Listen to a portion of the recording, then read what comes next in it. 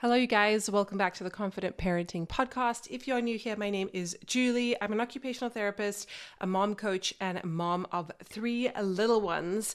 And today we're going to be talking about kids' sports, why you might want to do it, and why you might hold off. I want to share our relationship to kids' sports and how this has impacted our family probably over the last 3 to 4 years, like in a real sense. And I just want to bring this topic up because I feel like it's kind of a niche thing. But if you do have elementary aged kids, you're going to deal with a lot of this kind of stuff, whether your kids love a certain sport or whether you can't find them something that they really enjoy, or maybe you have the child that wants to change something after every 6 months. Like, how do you deal with the commitments of that, the commitment issues? So I'm excited to talk to you about that and discuss our story in a bit more detail. I don't think I've ever really gone into it, and considering that kids sports do consume a lot of our lives, and I've definitely read pros and cons to both arguments, like that you want them in sports and that you don't. So because of that, I think it's a worthwhile topic going deeper into. So I'm excited to jump right in. Okay, so a bit of backstory. If you didn't know, I learned this kind of recently, actually. Little boys, and I don't know if this is the same for girls, this was specifically about little boys, they tend to want to play the sport that dad watches on TV. Isn't that interesting? And that was certainly the case for us. So my husband plays tennis, but also watches tennis on TV. In fact, that was the only reason why I agreed for us to get a TV, because when we first moved to Austin from New York, we did not have a TV. We left our television behind. At the time, our kids were 6, 4, and brand new. And we lived in our house, our rental house, gloriously television free. It was amazing. There was no fighting, there was no arguing because there was no TV to watch. And we don't typically, have iPads and things around. So for the kids, the primary source of screen time would have been a television. And then it got into sort of US Open or just open season for tennis. And, it's exciting to watch. And I don't know if the South African World Cup rugby might have been on. I don't know. We're not a family that has the TV on nonstop. We really we try to be intentional about it. And for a very long time, we didn't really have the TV on. Like, my husband and I would not watch TV until the kids were in bed. Now they're getting older, and so things are a little different, but we try our best. For the most part, I've spoken a lot about screen time and my opinions on it, so you can go look for videos on that there around my channel, but we're focusing on sports right now. So anyway, that was just a little anecdote. My son started playing tennis. I'm trying to think. He probably started at 6, kind of when we moved here, and he started playing tournaments around 8 years old. And if you have any idea about kids and tournaments and getting more seriously into a specific sport, you know that it takes up a lot of time. So we've become a tennis family. I played tennis for a little bit, then I kind of hurt my arm. My second child now, my daughter, plays tennis as well. She's a bit younger. I don't know if she shares as much of the passion for the sport as my son does, but he is really into it. And currently he plays tennis basically every day. Not in a formal capacity every day. So he does group lessons Monday, Wednesday, Thursday. He does a private lesson usually on a Friday. Tuesday, he doesn't play tennis now with school because we have other things.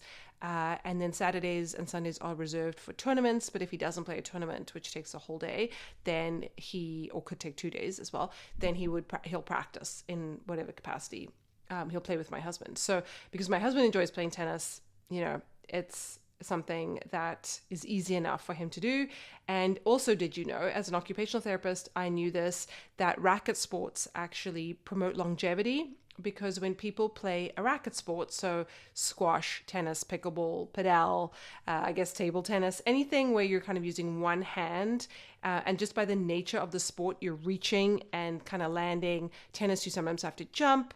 It, first of all, is really good for your fitness because it challenges your whole body, your skeletal system, your nervous system, like your reflexes.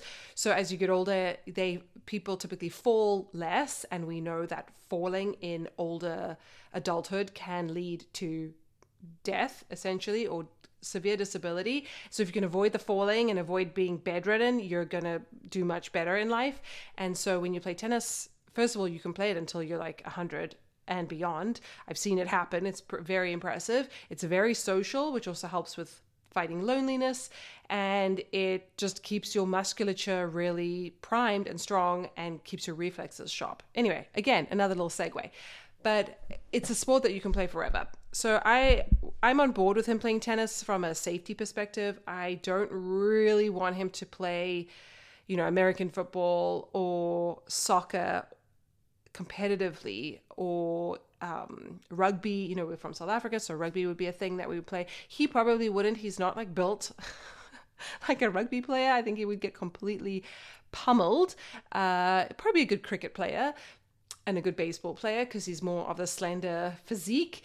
But yeah, I don't like those sports where they use their heads, because there's been a lot of studies about brain injuries related to kids that play football and young adults and whatever. So it's just something that I personally wouldn't choose. But if I had a child who was begging me to do it, I don't know, I'd be in a different situation. Anyway, so tennis is what it's become. And it has required all of us to kind of, to a degree, we definitely have restraints around it, but all of us sort of have to sacrifice certain things. Like, you can't play one sport and then play another one at the same time, so you really have to decide what you want to do. It impacts our weekend plans, because when he plays tournaments, that takes up the whole day, and my husband usually goes with him, which means I'm alone with the other kids, which is fine, but we can't do things as like a whole family together. And so we put restrictions, like we do one tournament or maybe two a month, it depends, because otherwise it's a very early morning on a Saturday, the whole day. Usually these tennis tournaments are far away from home. They're not in like the best places in terms of, there's just nothing around them. Like, it's difficult to get food. There's no shade. It gets really hot. We live in Austin, in the summer. So now we're getting into September, October. This is good tennis time, because it won't be as hot as quickly, or won't be as hot as long. If you can play in the morning, even better, or late at night, that kind of stuff. But yeah, so my thought always, before my son was probably even born, was like, I was always nervous about him becoming a teenager and being tempted by all of these things that you hear about teenagers in the wild, like going to parties, and they get offered certain things and they don't make good choices. And I also think there's beauty in children being bored, but it's not always good if they're filling their time with screens. That's not really boredom, is it? That's just like self-soothing. And boys, they typically gravitate towards video games more than girls. Not that girls don't, but that's typically what the research shows us. And that's a big bonding part of middle-aged boys. So what do they call it? It's like middle children, I guess, like from ages sort of probably 8 to 15, 16, this is like, and beyond, but essentially that sort of middle childhood, they're very into video games. And I'm not like a huge screen time person. And I know not all video games are bad, and I'm not judging you if you do that with your kids or however you want to do it. That is your choice. For us, though, I really don't want my child addicted to a video game, because I just feel like there's so much more life out there for him to live. And channeling his energy, his excitement, his restlessness, his boyhood into a sport, I think is a healthier thing for him. I was reflecting on this, and like men and males and boys throughout history, they have been bred and groomed to fight in wars and battles. It's in the DNA to be aggressive to a certain degree. They, develop strong muscles, and there's a lot of testosterone, and they are kind of born to a certain degree. They have the capability, they don't necessarily have to, but they have the potential and capability to fight. That's why like martial arts is so healthy and good for them, because you're channeling that need for aggression and combat, which is kind of inherent to male humans typically, into something more healthy and positive. And so if you're not going to do the martial arts route, or your kid's not going to be fighting in some kind of thing, I don't know, army, which I hope no children are fighting in armies, but then sport is the next kind of best thing. And I feel like it teaches him so much in terms of how to lose healthily, in a good way, I guess, how to keep going, how to fight through mental blocks. I think in all sports, especially with kids and people that are very serious about it, they get to a certain level of proficiency where they're good at it because they've been doing it. They've put in so many hours. It's really good for him to have a goal to work towards. They've put in so much time that they're all good. But at the end of the day, the really good players, the ones that are winning the Grand Slams and these huge competitions, they somehow have a mental edge. Because they've all been training for this their whole lives. They've all put in thousands and thousands of hours of time and commitment and pain and sacrifice. So they're all good. It's just, what is the difference between those top guys? And so I think tennis and any sport will teach you how to have that mental fortitude that other things might not, that high stakes environments might not teach you. And for sports, for children, it's like a great sort of safe learning environment where you learn an arrangement of different hard lessons, but in a safe place. I think it's also helped with his identity. I think it helps him make friends and meet different people. We play in our neighborhood, which means he gets exposure to the neighborhood kids, which he might not if he didn't play tennis. And it's just so great that he has something that he loves and looks forward to that's also healthy for his body. Obviously, you can do too much of a good thing and can also go sideways. But for right now, it seems to be working for us. And we had to choose a tennis kind of school or whatever area, they call it an academy, whatever you want to call it, that was in our neighborhood that made it easy for us to take him to practices because we were playing tennis somewhere else. And then we moved house. And obviously you don't have to leave your tennis club. You can stay there. But the driving and it was way too much. And having 3 kids that all require slightly different things, you have to pick and choose how you're going to do it. So if you're going to pursue a sport more than just for fun, I guess, you got to think about all of these factors. You got to think about how it affects your family, how much time it's going to take away. If you're not familiar with the sport and what it demands, and often you don't know this unless you played the sport yourself, you need to research and ask people, how long do tournaments take? How often are they expected to go? I know there's travel sports are a massive thing in the US, travel soccer, for example. And at the moment, I draw the line. Luckily for tennis, probably the furthest we've ever gone is an hour away. But, they do have these regional tournaments that could be 3 hours drive away. And then if you get more into it, you have to start getting on a plane and flying. And the cost of that, and what is the cost of not going? And one of the reasons people do that is because you get used to playing the same people in your area over and over again, and you need more challenge. You need to play people that you've never met before, that you don't know their style. You need to play on different surfaces, all of this kind of stuff. And I'm sure a lot of this can be relayed to other sports as well. And it's big business, it's all, a lot of it there is fueled, kids sports, at least in the US, is fueled by money. And not everybody's going to make the US gymnastics team, and you have to really make an educated guess, I guess, or decision, knowing your child the best. What are you going to dedicate your time to and pursue? And yeah, we've had many conversations about it because it does take up a lot of time. And then the flip side is well, what else would we be doing if we weren't doing something? And it's been wonderful for us to give him the opportunities to pursue something that he loves. I am forever grateful that he has found something at such a young age that he's so passionate about. And obviously he loves lots of different things, not just tennis, but that is definitely his big focus now as a little 10-year-old. And so that's really great because I know that was not my experience. I did do things for, a good amount of time, years at a time, but I didn't keep them up after I graduated from high school, or I stopped them before I went into high school. And it's sad, I have regrets about it a little bit. But also as you become teenagers, you can't force kids to do things that you don't want to do. And something that's come up a lot for me, and if you are in the tennis world, but I'm sure it can apply to any sport, is you don't want your child so pressured that they are peaking, they're doing their best at a young age, 12 years old, when they're not even fully grown yet.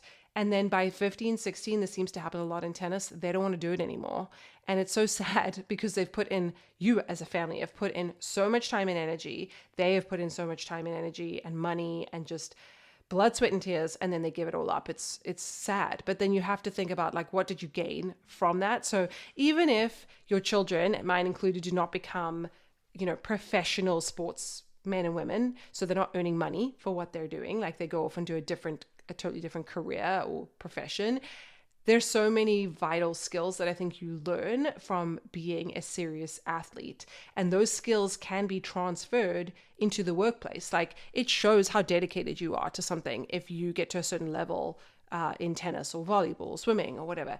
It shows that you can apply yourself. It shows that you take personal responsibility. It shows that you're disciplined. And these are all skills that could transfer into any career or profession, and you can use that to your advantage. So like, this is stuff that I've discovered along the way, but I think it's useful. So even if our son does eventually decide that tennis is not for him and there's no way we can convince him, I don't want to force him, then I think he still will have gained a lot. And we have seen, just observing parents and talking to coaches, and it can also be, you have to be careful about this, if you do have kids that you're wanting to push into a certain sport, like, you have to really ask yourself the hard question of like, is this for me? Like, for my glory as a parent, I'd be like, oh wow, I have a really talented football player or something, or he's really good at baseball, softball, whatever.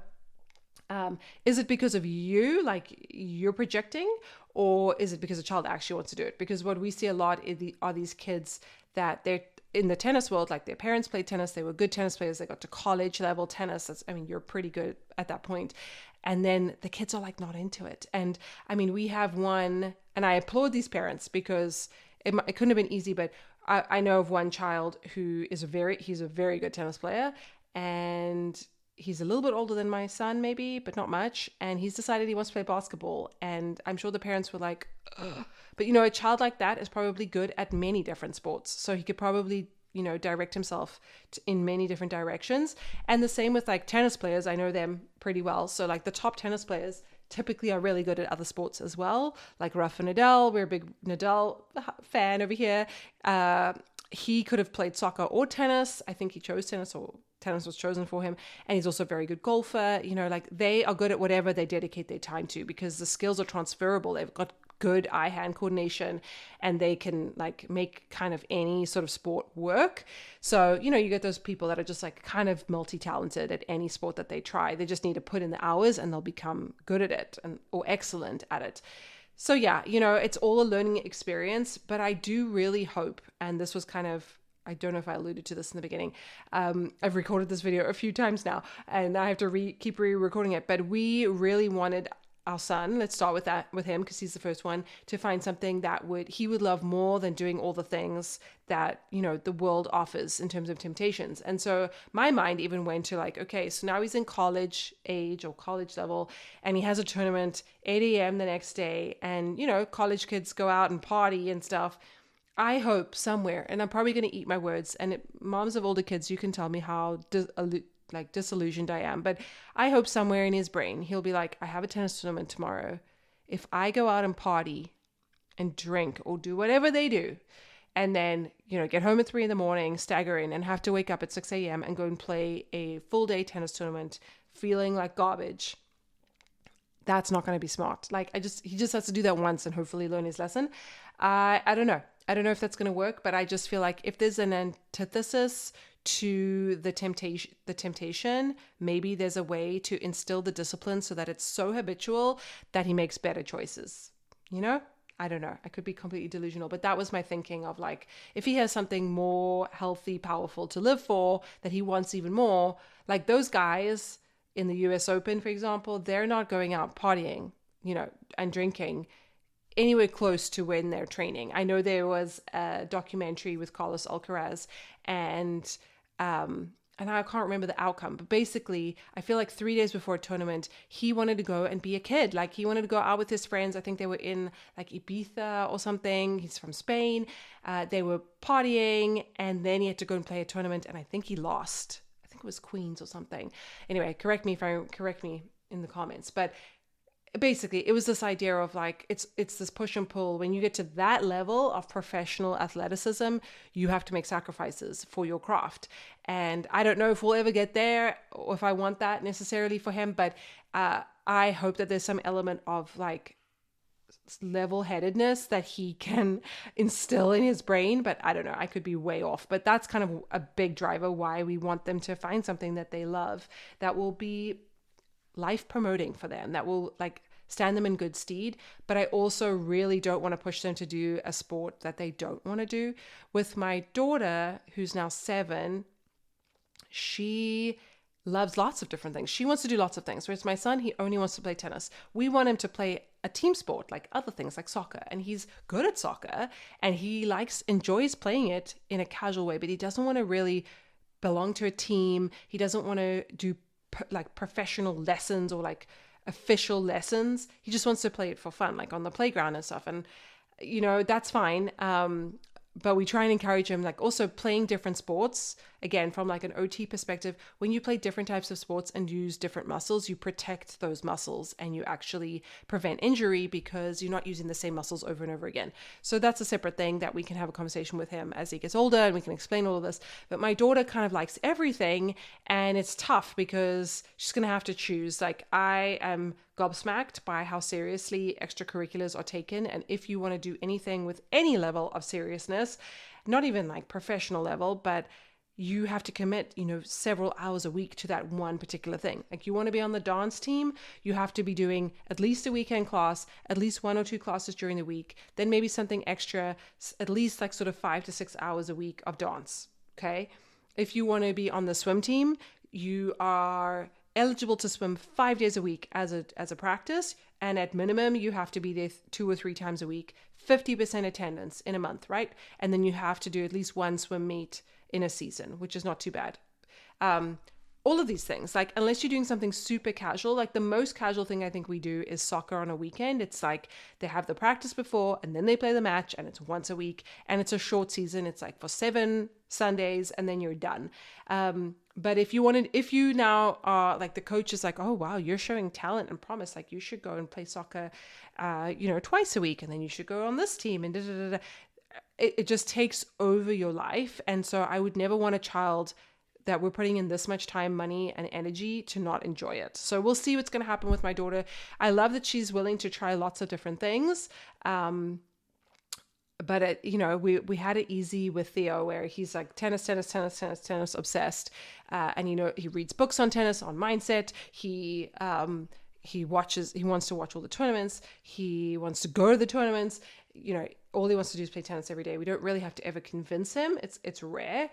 Maybe if he's been playing a lot and he's tired or he hurt his foot or something, maybe then he wouldn't. But he didn't really want to do swimming competitively. He doesn't want to do soccer competitively. He doesn't really want to do anything else except play tennis. And that's great. But both have pros and cons, whereas my daughter's willing to explore more things, and she's only 7, so I'm really not concerned. And I think we're doing like our research now about like enrolling her in different things in different semesters so we can really get an idea and like look at the sport holistically. Like as an example, I felt like I am more of a basketball mom than a tennis mom. Tennis, you have to be outside. So as you can see, pale, not good with the sun, sweating, hot, miserable. There's no shade, there's no food. It's not my thing. The other thing about tennis that I didn't realize, because I didn't really play it as a child, not in any serious capacity, is that you're not really allowed to speak. I mean, you can, but you have to be quiet. You're not allowed to scream and shout and go crazy. I'm naturally kind of competitive at heart. You are not allowed to coach them, like scream at them to do certain things from the sidelines. I get it. You cause distractions. It's against the USTA rules, etc. And so I'm terrified of like not being able to control myself and screaming something unacceptable and then getting in trouble.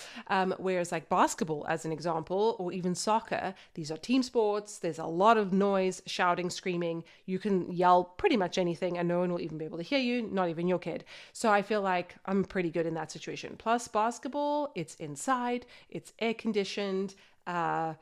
There are snacks and things so far because it's in like a gym. It hasn't been in the middle of nowhere. I think I'm more a basketball mom. And I played basketball in high school. So I actually have a basic understanding of the game. Whereas with tennis, I really had to learn. I mean, I knew the basic scoring and basic things. And I had played as a child, but not to the degree with which it was necessary. So yeah, you need to really look at yourself as a family and like, what are you committed to? The driving, the outfits, the cost of coaches, private lessons, group lessons, all the things that go with it. It's a lot, but I do think it's worth it. Like, I do think the lessons that you learn from being serious about a sport will really stand you in good stead for the rest of your life. I know my husband has come across people, younger people, junior people that he's hiring in like a finance business world who play a certain level of tennis in this situation, but I think it could be any sport. And there's just another level of respect that you have for that person, especially considering they were such a young person that dedicated their lives to, one goal, and I think that shows like direction and commitment and integrity and self-responsibility. And so I think these are all really good qualities that are very transferable to any kind of career that you decide. And one last anecdote.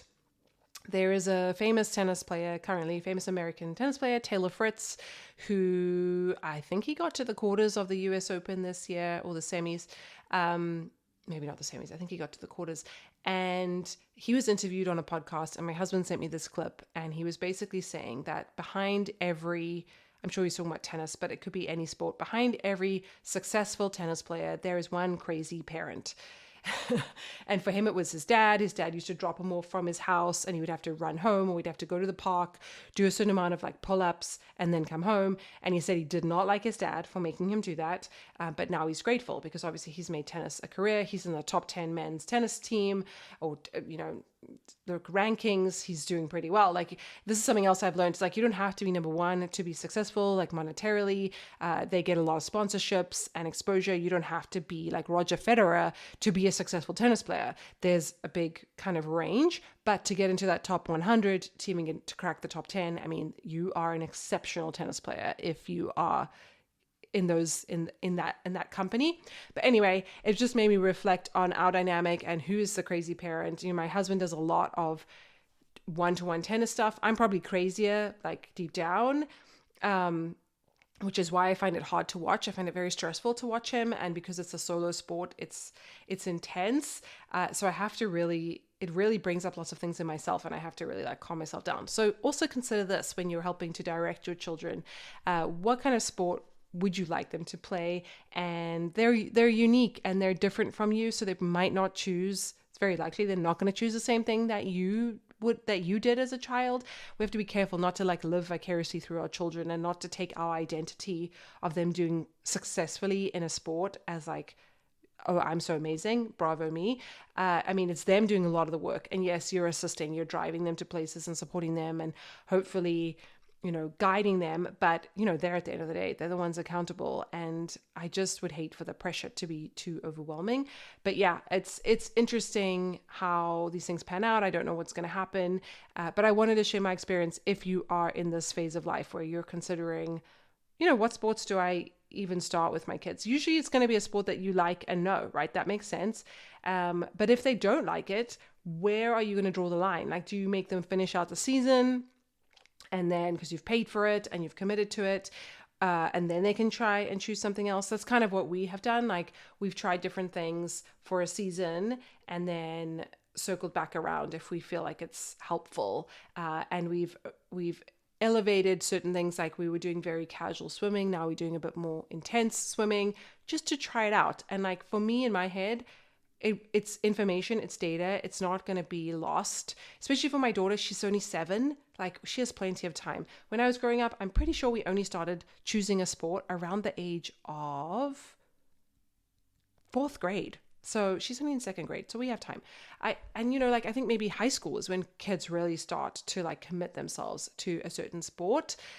And this whole concept of like you being left behind and, everybody else is ahead of you. I just don't know if I buy that. So many kids, if they're being forced to do a sport that they don't really want to do, they're going to burn out and flake off anyway. So you're not even going to have to compete with them. But yeah, just go into it with your eyes wide open, go into it with a budget in mind, and maybe a family rule, like we only do 2 sports per kid, or we only, have commitments after school 3 times a week per child. The only reason my son can play as much tennis as he does is because it's in our neighborhood, and it's literally a 5-minute drive away. So we can, either one of us can take him, or he rides his bike there. So like that's the only way we can really make it work, without having like an au pair dedicated to drive him around, and that's not happening. And so then we can like prioritize the other ones. I have a 4-year-old who is doing a lot more activities than I would have put my first 4-year-old in, and that's purely because she sees her siblings doing stuff and wants to do them. So one of them is swimming lessons, which I do think is very important, and the other is ballet and dance because she loves it so much, and I'm taking my middle child there anyway, so I might as well.